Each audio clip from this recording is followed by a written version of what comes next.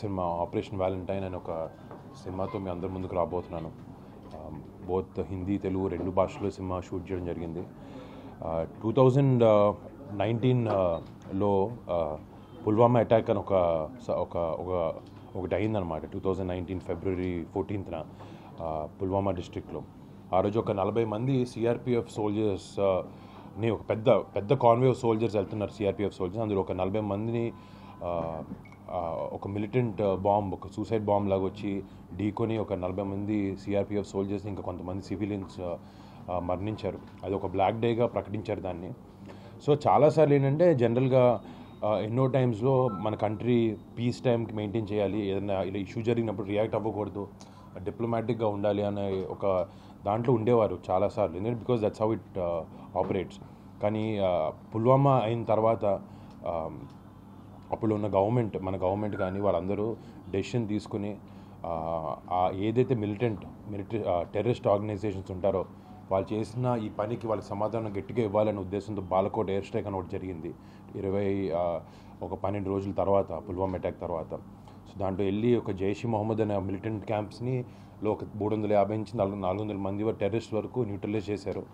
So ఈ సన్నివేశం ఏంటంటే ఇప్పుడు అది చాలా సీక్రెటివ్గా ఎవరికి తెలియకుండా ఓవర్ నైట్ జరిగిన మిషన్ అనమాట.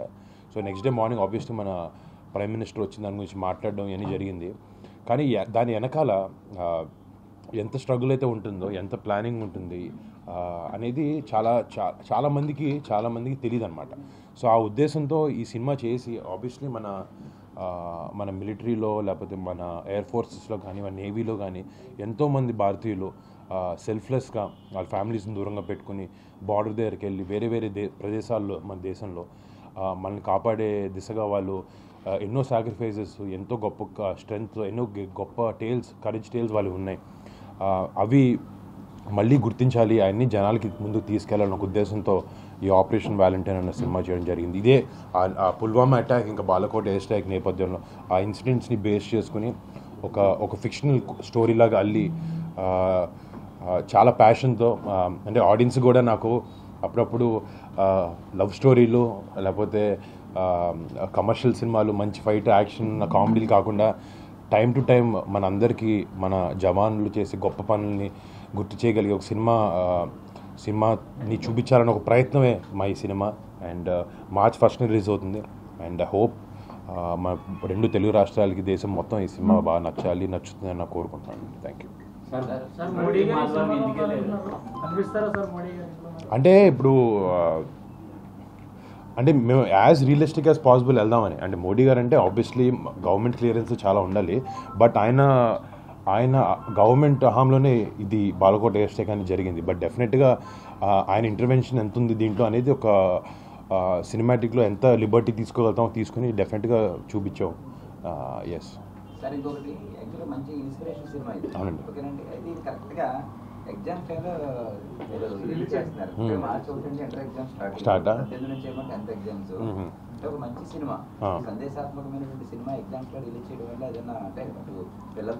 మేబీ ఇలాంటి సినిమా చూసి ధైర్యంగా ఎగ్జామ్స్ రాస్తారనుకుంటున్నాను.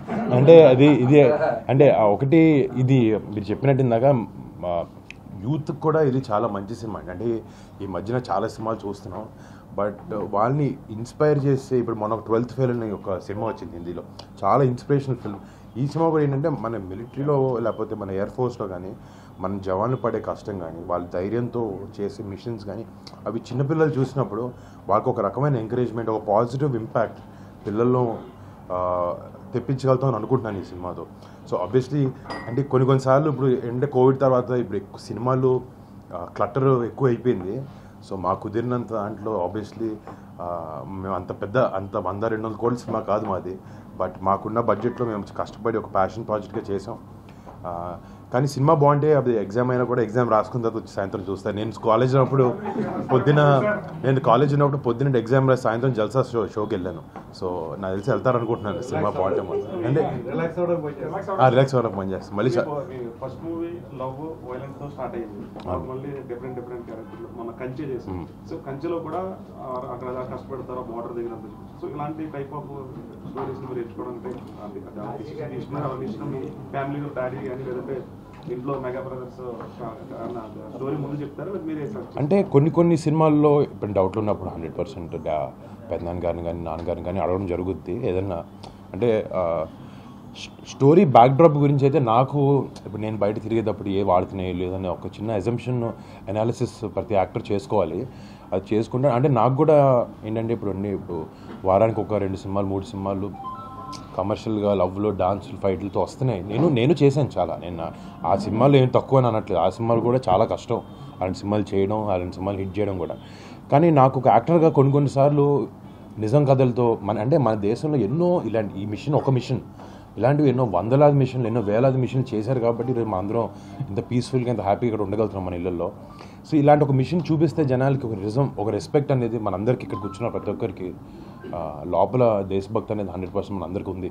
అది లేకుండా మనం ఎవరూ లేవు. బట్ ఇలాంటివి విషయం చూసినప్పుడేనో మళ్ళీ ఒకసారి మనకి గుర్తు తెచ్చుకొని వాళ్ళ ధైర్య సాహసాలను మెచ్చుకొని మన లోపల దేశభక్తి అనేది ఇంకా ఎవోక్ అవుద్దన్న నమ్మకం నాకుంది. సినిమాగా అంటే ఎంటర్టైన్మెంట్గా ఉండాలి. ఇప్పుడు థియేటర్కి వెళ్ళారంటే మీరు మిషన్ బేస్డ్గానే చూపించి ఎంటర్టైన్మెంట్ లేదంటే ఈ సినిమాలో ఎంటర్టైన్మెంట్ కానీ ఎమోషన్ కానీ చాలా చాలా వేరే లెవెల్లో ఉంటుంది. And yeah that's it. చాలా చాలా గొప్ప ఫీలింగ్ నిజంగా అది. అంటే నేను నిజంగా నా అదృష్టం ఏంటంటే ఈ సినిమా ద్వారా నాకు చేయాలనే ఉద్దేశం ఉండింది. ఇలాంటి సినిమా మంచి సినిమా చూపించాలి, మన సోల్జర్ సాక్రిఫైసెస్ ఏంటో చూపించాలి, వాళ్ళ గొప్పతనం చూపించాలని చెప్పి. కానీ వాఘా బార్డర్కి లక్కీగా ఇలాంటి సినిమా చేసే అదృష్టం నాకు రావడం, అలాంటి వాఘా బార్డర్కి వెళ్ళి మా సాంగ్ ఒకటి రిలీజ్ చేయడం అది నిజంగా మా అదృష్టం. అక్కడున్న అట్మాస్ఫియర్ కానీ లేకపోతే అక్కడున్న జోష్ కానీ జనాలది వేరే లెవెల్లో అందరూ దేశభక్తి పాటలు పాడుకుంటూ మార్చ్ చేసుకుంటూ నిజంగా ఒక ఐఫీస్ట్ లాగా ఉండింది ఆ బార్డర్లో. సార్ ఎన్నికలు సమీపిస్తున్న నేపథ్యంలో ఇప్పుడు సినిమా పరిశ్రమ అయిపోయిందంటే కొన్ని పార్టీలకి కావాల్సిన సినిమా తీయడం జరుగుతుంది. ఇప్పుడు మీరు కూడా అంటే ఈ సినిమాలో అంటే సెంట్రల్ గవర్నమెంట్ చేసినటువంటి అప్పుడు పోర్లో కానీ దానికి సంబంధించి ఒకవేళ వాళ్ళు ఏదైనా అంటే మీకు ఎలా సపోర్ట్ చేస్తారంటే ఇక్కడ సెంట్రల్ గవర్నమెంట్ సినిమాకి సంబంధించి అంటే మీరు అంటే మాకు ఫస్ట్ నుంచి ఎప్పుడైతే జవాన్ల గురించి వాళ్ళు చేసిన ఈ మిషన్ ఏదైతే ఉందో దీని ఎంత వరకు అంటే కొన్ని సీక్రెటివ్గా వెనకాలే జరిగినవి ఆబ్వియస్లీ సెక్యూరిటీ రీజన్స్ వల్ల మనం చెప్పకూడదు, క్లియరెన్స్ మనకు అవి లేవు. కానీ ఎంత దగ్గర అయితే వెనకాల ఏం జరిగిందని తెలిస్తే జనాలకి రెస్పెక్ట్ పెరుగుతుందనే మా ఫస్ట్ నుంచి ఉద్దేశం అదే. సో మేము ఫస్ట్ నుంచి మినిస్ట్రీ ఆఫ్ డిఫెన్స్కి ఇండియన్ ఎయిర్ ఫోర్స్కి మా కథ పంపించి అంటే మాకు రేపు పొద్దున్న జనాలు చూసి బాగుందని అనవే కాదు, వాళ్ళ గురించి మేము సినిమా తీస్తున్నప్పుడు వాళ్ళ వల్లే వాళ్ళు ఎంత గొప్ప సంస్థలు. సో వాళ్ళ వల్లే మనం లా అండ్ ఆర్డర్ కానీ పీస్ కానీ ఇండియాలో బాగా మెయింటైన్ అవుతుంది.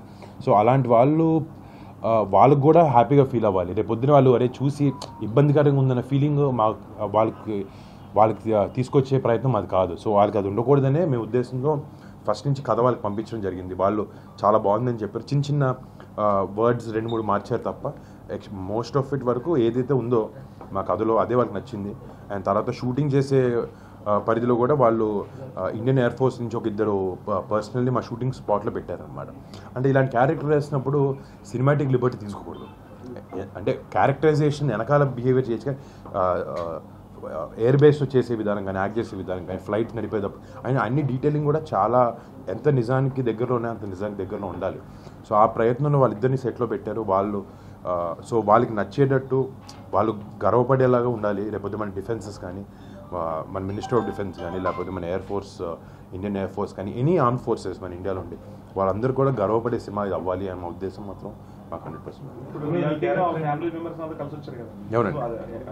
అంటే యాక్చువల్లీ నేను ఫస్ట్ కంచె సినిమా చేస్తున్నప్పుడు అప్పుడు నిజంగా నాకు అసలు మిలిటరీ మాధవరం అలా ఊరుంది వెనకాల ఇంత చరిత్ర ఉంది అనే విషయం నాకు తెలియదు. అప్పుడు కృష్ణతో మాట్లాడేటప్పుడు అడిగాను, ఏంటి ఇలాగా ఇండియన్స్ బ్రిటిష్ కోసం ఫైట్ చేసిన సందర్భాలు ఉన్నాయి నాకు తెలియదు అంటే అప్పుడు చెప్పాడు ఇలా మిలిటరీ మాధవరం ఒక ఊరుంది, అలా ప్రతి ఫ్యామిలీలో అక్కడ ప్రతి ఫ్యామిలీలో ఒకరైనా కూడా అట్లీస్ట్ మిలిటరీకి వెళ్ళి పనిచేసిన వాళ్ళు World War I World War II నుంచి అన్నప్పుడే చాలా ఆశ్చర్యం వేసింది. అప్పుడు తను అడిగితే ఏదైతే క్యారెక్టర్ నేను చేశాను సినిమాలో దూపాటి హరిబాబు అనే క్యారెక్టర్ కూడా అదే మిలిటరీ మాధవరం అనే ఊరిలో ఉండే ఒక అబ్బాయి అంటే మల్టిపుల్ ఒక్క అబ్బాయిని కాదు వాళ్ళందరినీ తీసుకుని ఇన్స్పిరేషన్ తీసుకుని క్యారెక్టర్ చేయడం జరిగింది.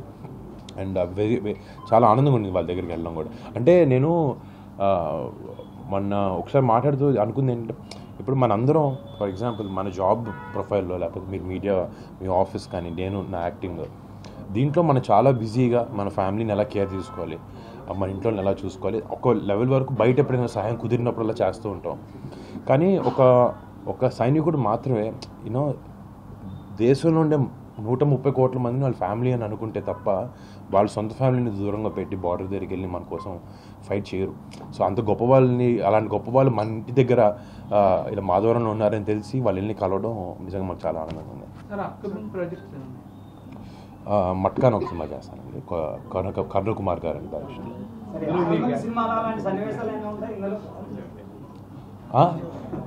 లేదా అది వేరే సినిమా, ఇది దీంట్లో అండి. అంటే చాలామంది ఏమడిగారంటే ఇదేమైనా ఫిక్షన్ నిజం ఎయిర్ ఫోర్స్ పైలట్ అంటే కాదు. అంటే ఆ మిషన్ మీద ఎవరెవరు వెళ్ళారనే డీటెయిలింగ్ మనం ఇవ్వకూడదు బయట. సో మిషన్ గురించి మాకు మాట్లాడే ఇన్ఫర్మేషన్ ఇచ్చారు. అంటే ఎయిర్ ఫోర్స్ పైలట్స్ అందరికీ ఉన్న కొన్ని కామన్ ట్రేట్స్ తీసుకుని ఇలాంటి ఒక క్యారెక్టర్ డిజైన్ చేయడం జరిగింది. అంటే దేశం కోసం ఆబ్వియస్లీ ఎంత దూరం అయినా వెళ్ళే క్యారెక్టర్ ఇది, దేశం కోసం ప్రాణాలు ఇట్లా సెకండ్లు ఇచ్చేసే క్యారెక్టర్ ఇది. అండ్ అలా అని దేశాన్ని ఎవరైనా తప్పుగా అంటే అడుగు వెనకేసే క్యారెక్టర్ కాదు, 100 అడుగులు ముందుకేసే క్యారెక్టర్ అండి. అండ్ నాకు చాలా అదృష్టమైన క్యారెక్టర్ తగలడం, ఇలాంటి క్యారెక్టర్లో నేను నటించే అవకాశం పడడం.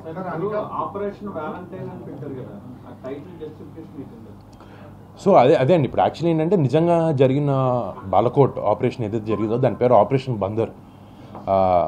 సో మీరు నాకు చెప్పినట్టు అది ఆ ఇన్ఫర్మేషన్ అందరికీ తెలుసు. So 14th February Valentine's day అని చెప్పి మనం గొప్పగా చిన్నప్పుడు అమ్మాయిలతో లేకపోతే ఇలా సెలబ్రేట్ చేసుకుంటాం. బట్ ఆ 14th February అనేది ఒక బ్లాక్ డేగా కాల్ చేశారు దాన్ని. ఇది మన సిఆర్పిఎఫ్.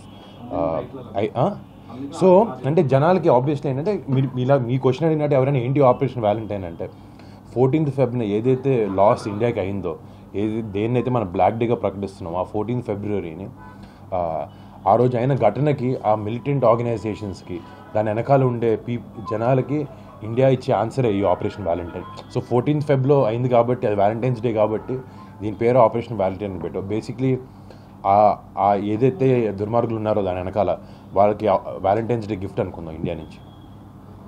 సార్ ఈ మధ్యనే రీసెంట్గా మ్యారేజ్ అయింది, బిఫోర్ ఆఫ్టర్కి ఏం తేడా లేదండి అంతా. అంటే మీరు భయపడిస్తున్నారు అందులో. సరే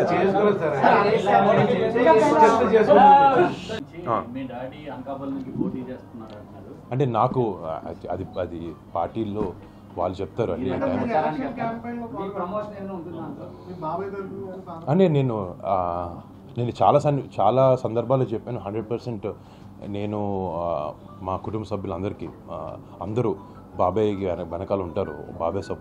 బాబాయ్కి సపోర్ట్గా మేము అందరం ఎప్పుడు ఉంటాం. అండ్ మా అవసరం ఎలా ఉందనేది, ఎలా చేయగలుగుతాం, మేము ఏం చేయగలుగుతాం అనేది మా ఇంట్లో పెద్దవాళ్ళు మాకు చెప్తే, వాళ్ళు ఏం చెప్తే అది మేము చేయడానికి అయితే ఎప్పుడు రెడీ.